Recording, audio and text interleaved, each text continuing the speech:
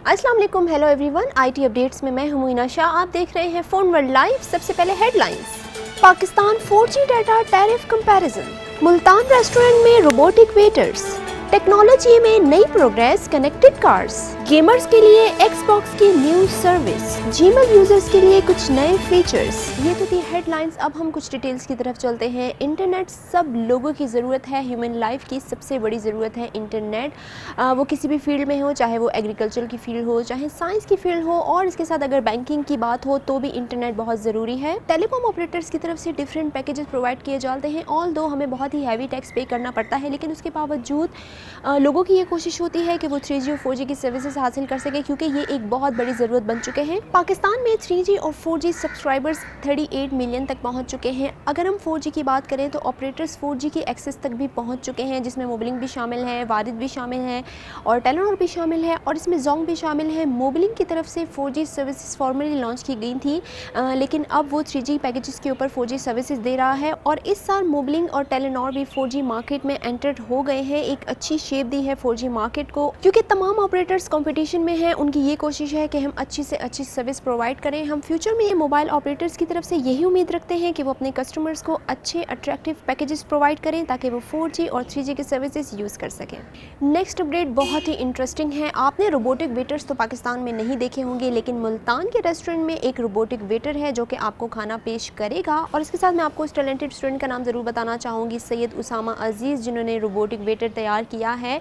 उन्होंने नस से ग्रेजुएट किया है, और उसके बाद उनकी ये कोशिश थी कि वो टेक्नोलॉजी की दुनिया में अपना नाम बना सकें, और उन्होंने ये रोबोटिक वेटर इंट्रोड्यूस करवाया है। वो चाइनीज़ रोबोट से बहुत ज़्यादा इम्प्रेस थे, और इसीलिए उन्होंने ये रोबोट तैयार किया है। सैयद उसामा ने 8 मंथ्स की मेहनत के बाद इस पर काफ़ी ज़्यादा इन्वेस्टमेंट की है, तब जाके ये रोबोट तैयार किया है। और इसके साथ सैयद उसामा ने ये भी बताया है कि चाइना रोबोट से मुतासिर होकर ये रोबोट बनाने की ठानी, और अब उनका प्लान है कि वो हैदराबाद में इस तरह के रोबोट्स इंट्रोड्यूस करवाएं, ताकि लोगों के लिए मज़ीद आसानियाँ पैदा हो सकें। और अगर टेक्नोलॉजी ऐसे ही तरक्की करेगी तो हमारे लिए मज़ीद आसानियाँ ही पैदा होंगी। नेक्स्ट अपडेट कुछ इंटरेस्टिंग है। कनेक्टेड कार्स का तो आपने सुना ही होगा। अब फ्यूचर में हम कनेक्टेड कार्स भी देख सकेंगे, जैसे कि मोबाइल फ़ोन में दिन ब दिन चेंजेस आ रही हैं। अगर आप पहले सोचें तो पहले के मोबाइल फ़ोन्स कैसे होते थे और अब का मोबाइल फ़ोन कैसा है, अब तो 4G मोबाइल भी आपके पास है, आप यूज़ कर सकते हैं। क्योंकि टेक्नोलॉजी जैसे चेंज हो रही है, तो हम बहुत सी ऐसी नई चीज़ें देखेंगे जो कि पहले मौजूद नहीं थी, लेकिन कनेक्टेड कार्स के ज़रिए फ्यूचर में बहुत ही आसानियाँ पैदा हो जाएंगी, स्पेशली उन लोगों के लिए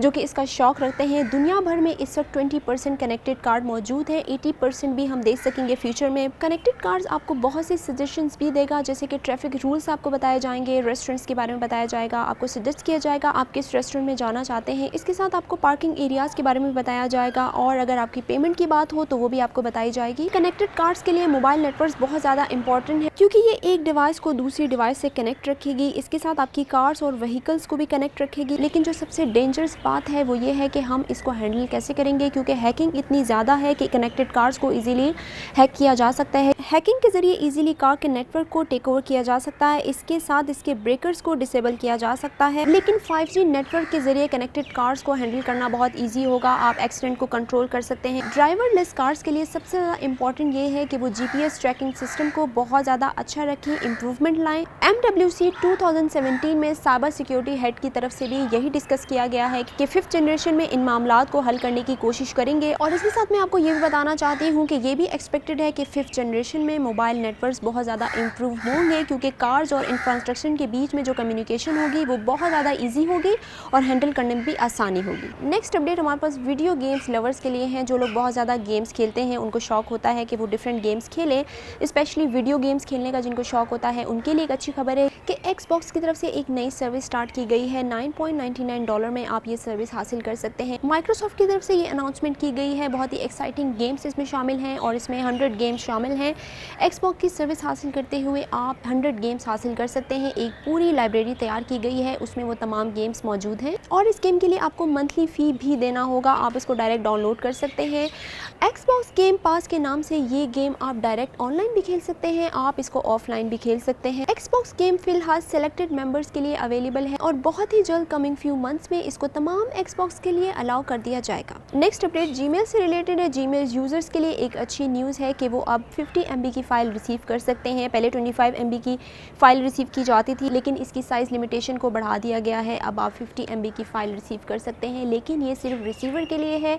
अगर आप सेंड करेंगे तो आप वैसे ही 25 MB की फ़ाइल सेंड कर सकते हैं। जीमेल यूज़र्स को काफ़ी प्रॉब्लम होती थी कि अगर उन्होंने बड़ी फ़ाइल सेंड करनी है तो उनको पार्ट्स की सूरत में उसको सेंड करना पड़ता था, यानी कि साइज़ की लिमिटेशन होती थी, लेकिन अब इसको बढ़ा दिया गया है। इसमें कुछ नए फीचर शामिल किए गए हैं जिसके ज़रिए अब आप 50 MB की फ़ाइल रिसीव कर सकते हैं। That's all for now. Monday को कुछ मज़ीद नई मार्केट अपडेट्स के साथ आएंगे, कुछ नई इन्फॉर्मेशन लेकर आएंगे। तब तक का अपना ख्याल रखिएगा। अल्लाह हाफ़िज़।